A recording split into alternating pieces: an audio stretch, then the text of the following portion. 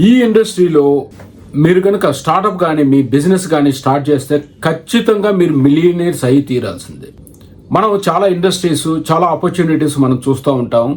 అన్నీ కూడా మనం అయిపోయిన తర్వాత ఎవరో ఒకరు సక్సెస్ సాధించిన తర్వాత, లేకపోతే చాలా మందికి మనీ వచ్చిన తర్వాత అప్పుడు మనం రియలైజ్ అవుతాం ఆ ఇండస్ట్రీలో కనుక మనం సరైన టైంలో కానీ ఇన్వెస్ట్ చేస్తుంటే, లేకపోతే మన బిజినెస్ కానీ స్టార్టప్ కానీ ఆ ఇండస్ట్రీలో స్టార్ట్ చేస్తుంటే ఖచ్చితంగా మనం సక్సెస్ సాధించే వాళ్ళం అని. బట్ నా వరకు నేను చెప్తాను, మీకు ఇండస్ట్రీ అనాలిసిస్ కానీ కన్జ్యూమర్ బిహేవియర్ కానీ ఇవన్నీ తెలియకపోవటం వల్లే మీరు అటువంటి అవకాశాలను అయితే మిస్ చేసుకుంటున్నారు. నేను ఇప్పుడు చెప్పబోయేది లగ్జరీ ఫర్నిచర్ ఇండస్ట్రీ. అయితే ఇది ఇండియన్ మార్కెట్ చూసుకున్నా, వరల్డ్ మార్కెట్ చూసుకున్నా, రిమైనింగ్ ఇండస్ట్రీస్ తోటి కంపేర్ చేసుకున్నా చాలా తక్కువ ఉంది. కానీ the furniture industry is too big. ఖచ్చితంగా అది పెద్ద ఇండస్ట్రీని. కానీ లగ్జరీ ఫర్నిచర్ ఇండస్ట్రీ అనేది ఇప్పుడిప్పుడే ఎదుగుతున్న ఇండస్ట్రీ. అయితే మనం ఈ ఇండస్ట్రీలోనే మనం ఎందుకు ఇన్వెస్ట్ చేయాలి, మనం ఎందుకు మన స్టార్టప్స్ కానీ బిజినెస్ కానీ ఈ ఇండస్ట్రీలోనే ఎందుకు చేయాలి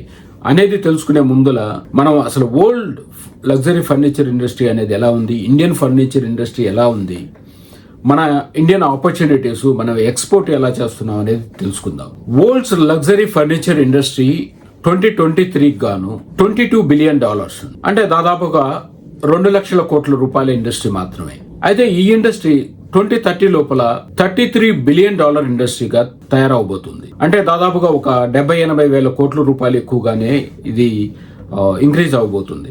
అయితే ఇండియన్ లగ్జరీ ఫర్నిచర్ ఇండస్ట్రీ కేవలం $4.35 బిలియన్ మాత్రమే, అంటే ఒక 35 వేల కోట్ల రూపాయల ఇండస్ట్రీ మాత్రమే. 29కి కాను, అంటే ఇంకొక 5 years డౌన్ ద లైన్ లో $5.35 బిలియన్ ఇండస్ట్రీగా ఇది తయారవబోతుంది. అంటే కేవలం 8,000 crores మాత్రమే ఇది ఇంక్రీజ్ చేసుకోబోతుంది. అయితే మనం ఇటువంటి ఇండస్ట్రీలో మనం ఎందుకు ఇన్వెస్ట్ చేయాలి అంటే, రిమైనింగ్ ఇండస్ట్రీస్ తో కనుక కంపేర్ చేసుకుంటే ఈ ఇండస్ట్రీ చాలా తక్కువగా ఉంది. ఎందుకు మనం ఈ సెగ్మెంట్ లో ఇన్వెస్ట్ చేయాలి, ఈ ఇండస్ట్రీలో ఇన్వెస్ట్ చేయాలి అంటే, మనం ముందుగా గమనించాల్సింది కన్జ్యూమర్ ఇన్కమ్. కన్జ్యూమర్ ఇన్కమ్ అనేది ఇండియా వైజ్ గా కానీ మనం వరల్డ్ కంట్రీస్ లో తీసుకున్నా కానీ ఎవ్రీడే ఇట్ ఈస్ ఇంక్రీజింగ్ అండి. ఇండియాలో కూడా చాలా బాగా ఇంక్రీజ్ అవుతుంది. అండ్ మన ఇండియన్ గ్రోత్ అనేది చాలా ర్యాపిడ్ గా ఉండే అవకాశం కూడా ఉంది.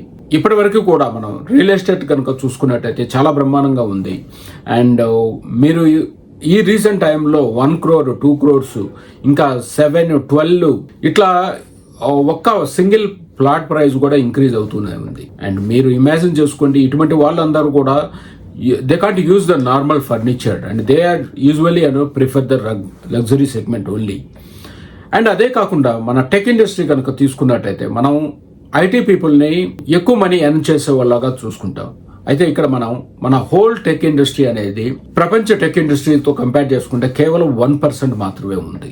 అండ్ వీఆర్ క్యాపబిలిటీస్ తో మనం కంపేర్ చేసుకుంటే వీఆర్ క్యాపబుల్ ఆల్మోస్ట్ 3 people లో ఎవ్రీ 3 టెక్ ఇంపార్టెంట్ పర్సన్స్ లో మన వాళ్ళు కనీసం ఒకరిద్దరు అయితే ఖచ్చితంగా ఉంటారు. అంటే ఆల్మోస్ట్ మనం ఒక 40% నుంచి 60% వరకు మనం క్యాపబుల్ అనేది చెప్పుకోవాలి. అటువంటి మనం ఈ టెక్ ఇండస్ట్రీలో మనం సంపాదించేది కేవలం 1% మాత్రమే. And it is going to definitely increase rapidly and we're going to gain అంటే చాలా ఆపర్చునిటీస్ అయితే మనం ఖచ్చితంగా గెయిన్ చేసే తీరుతాం. మనం ఈరోజు ఐటీ ఫలాలు చూస్తున్నాం. మనం ఎప్పుడో ఒక 2-3 దశాబ్దాల క్రితం స్టార్ట్ అయిన ఐటీ ఇండస్ట్రీ ఈరోజు ప్రతి పల్లికి కూడా వాళ్ళ ఫలాలు అనేది అంచుతున్నాయి. అంటే శాలరీ రూపంలో కావచ్చు, లేకపోతే ఒక ఎంటర్ప్రెన్యూర్ సక్సెస్ అయ్యి ఆ రూపంలో మనీ కావచ్చు, లేకపోతే ఇండివిజువల్ చిన్న చిన్న వ్యాపారస్తులు, ఈ ఐటీ బేస్డ్ వ్యాపారస్తులు, అంటే ఒక ఫామ్ ఫిల్లింగ్ కానీ, లేకపోతే ఒక అప్లికేషన్ అప్లై కానీ, ఇలాగా ఇవి అంతా ఈ ఐటీ రివల్యూషన్ అనేది చిన్న పల్లెలకు కూడా పాకింది.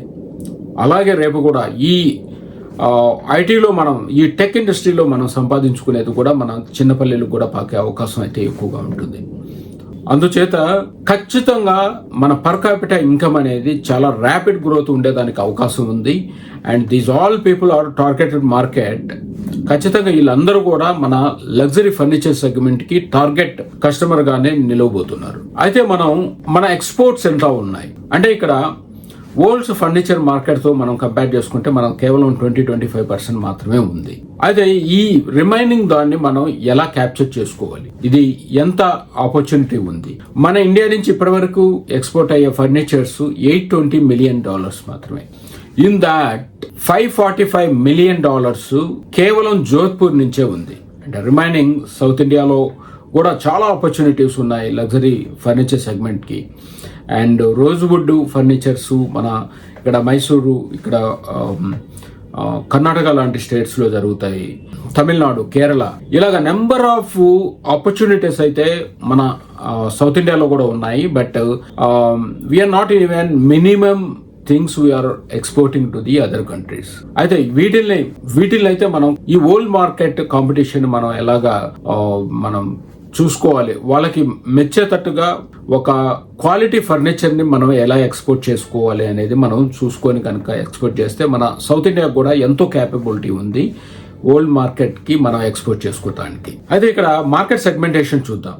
యూజువల్గా మార్కెట్ సెగ్మెంటేషన్లో ఆఫీస్ ఫర్నిచర్, హౌస్ ఫర్నిచర్ అంటే రెసిడెన్షియల్ ఫర్నిచర్. ఈ రెసిడెన్షియల్ ఫర్నిచర్స్ లో కూడా సబ్ సెగ్మెంటేషన్ అయితే ఉంది. కిచెన్ ఫర్నిచర్ అని, ఇలా లివింగ్ రూమ్ అని, బెడ్రూమ్ అని, ఇలా ఎన్నో ఉన్నాయి. Indoor and outdoor furniture and materials used in the furniture like solid wood or MDF kind or the plastic or rotten furniture and ఇంకా కామన్ గా ఉండే distribution channel and based on the location which is Geography. అయితే world market లో చాలా, అంటే ఇటు side China తీసుకోవచ్చు, అటు సైడ్ ఆఫ్రికన్ కంట్రీస్ కానీ, ఇటు సైడ్ పాకిస్తాన్, బంగ్లాదేశ్, ఇట్లాగా ఎన్నో కంట్రీస్ ఉన్నాయి. సో మన క్యాపబిలిటీ ఏంది, మన స్ట్రెంగ్స్ ఏంది అనేది మనం ఇండియన్ మార్కెట్ స్ట్రెంగ్త్ అనేది చూసుకుంటే, Indian furnitures are mostly handmade and it's high quality wooden furniture. Indian furnitures are very strong and durable. So these are the fair enough strengths to export to the world market. ఈ strength లో మనం world luxury furniture segment ని lead చేయడానికి it's an easy thing for us. అయితే Indian రెగ్యులేటరీస్ ఏంటి, ఇంకా మనకి ఏమన్నా స్కీమ్స్ అనేవి ఏమన్నా ఇండియన్ గవర్నమెంట్ తరపున ఉన్నాయా? అయితే మేక్ ఇన్ ఇండియా కానీ, ఆయుష్మాన్ భారత్ ఇండియన్ స్కీమ్ అయితే కానీ, ఇవన్నీ కూడా ఈ హాస్పిటల్ ఫర్నిచర్ వాళ్ళకి బూస్ట్ ఇవ్వడానికి కోసంగా స్కీమ్స్ అయితే ఉన్నాయి. And furniture is the one of the main key focusing sector గా ఇండియన్ గవర్నమెంట్ అయితే దీన్ని డిక్లేర్ చేసింది. And to create the sustainable ecosystem అయితే సపోర్ట్ అయితే ఇస్తున్నారు. అయితే technology trends in this industry అండి, దీంట్లో ఆగ్మెంటెడ్ రియాలిటీ అనేది ఖచ్చితంగా, ఎందుకంటే ఇప్పటికే నాకు తెలిసి ఈ టెక్నాలజీని ఇండియన్ కామర్స్ వెబ్సైట్స్ అయితే బిల్డ్ చేసుకొని ఉన్నారు. వాళ్ళు జస్ట్ ఒక ఓపెన్ స్పేస్లో ఆ ఫర్నిచర్ ఎలా ఫిట్ అవుతుంది ఏంది అనేది చూసుకోవడానికి.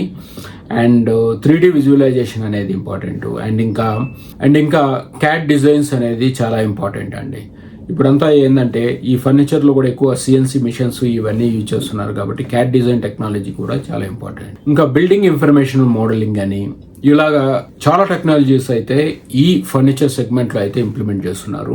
అండ్ డెఫినెట్గా ఈ ఇండస్ట్రీ ఈకో సిస్టమ్ని చాలా ఈజీ చేయడానికి ఇంకా కొత్త టెక్నాలజీస్ అయితే వస్తున్నాయి దీంట్లో. అయితే కన్జ్యూమర్ ట్రెండ్స్ ఇందాక మనం చెప్పుకున్నట్టుగా కన్జ్యూమర్స్ వాళ్ళ ఇన్కమ్ అయితే ఇంక్రీజ్ అవుతుంది, వాళ్ళ పర్ క్యాపిటల్ ఇన్కమ్ అయితే ఇంక్రీజ్ అవుతుంది. And they wants definitely and the luxuries item. ఇప్పుడు మనకి చాలా సపోర్టింగ్ థింగ్స్ అంటే ఒక వీలాగ్స్ కానీ, లేకపోతే ఒక ఈ లగ్జరీ హోమ్ టూర్స్ కానీ, ఇవన్నీ కూడా జనాల యొక్క కోరికల్ని పెంచేయండి. డెఫినెట్గా వాళ్ళ ఇన్కమ్ని అయితే ఇంక్రీజ్ చేసుకుంటున్నారు. వీటిలన్నిటినీ కూడా కొనటానికి, యూజ్ చేయడానికి కూడా ఇంట్రెస్ట్ అయితే ఎక్కువ చూపిస్తున్నారు. And the rental furniture segment also is increasing a lot. And మీరు కనుక చూసుకున్నట్టయితే world's luxurious brands Louis Vuitton top 10 billionaire గా ఎక్కువ చాలా కాలం నుంచి కూడా ఉంటున్నారు. అండ్ సో వాళ్ళ బ్రాండ్స్ అన్ని కనుక చూసుకున్నట్టయితే మోస్ట్ ఆఫ్ ద బ్రాండ్స్ అన్ని లగ్జరియస్ బ్రాండ్స్. ఖచ్చితంగా మనకి అదే చెప్తుంది, మనం అంటే జనాలు ఒక లగ్జరియస్ బ్రాండ్స్ వైపు ఎందుకు వెళ్తున్నారు అనే దానికి. And this is the simple and very good example. So ఇదండి లగ్జరియస్ ఫర్నిచర్ సెగ్మెంట్ గురించి, ఫర్నిచర్ ఇండస్ట్రీ గురించి. మీకు కనుక ఈ వీడియో కనుక నచ్చినట్టయితే please do like and subscribe. And మీరు ఇండస్ట్రీ గురించి కానీ స్టార్టప్స్ గురించి కానీ ఎటువంటి డౌట్స్ ఉన్నా కూడా మీరు కామెంట్స్లో అడగండి and I can explain you. And please do spread the word అండి. సో చాలా క్వాలిటీ వీడియోస్ అయితే మేము ఈ startup COE centre of excellence ఛానల్స్లో అయితే మేము పెట్టదలుచుకున్నాము. For that definitely we need your support. You spread the word. అంటే ఎక్కువ లైక్స్, ఎక్కువ కామెంట్స్, ఇవే మాకు ఎంకరేజ్మెంట్ ఇస్తాయి. వీటి వల్ల మేము ఎక్కువ కంటెంట్ని మీ ముందుకి తీసుకురావడానికి మేము ట్రై చేస్తాం. And thank you so much. And please do subscribe, like, share and comment. Thank you.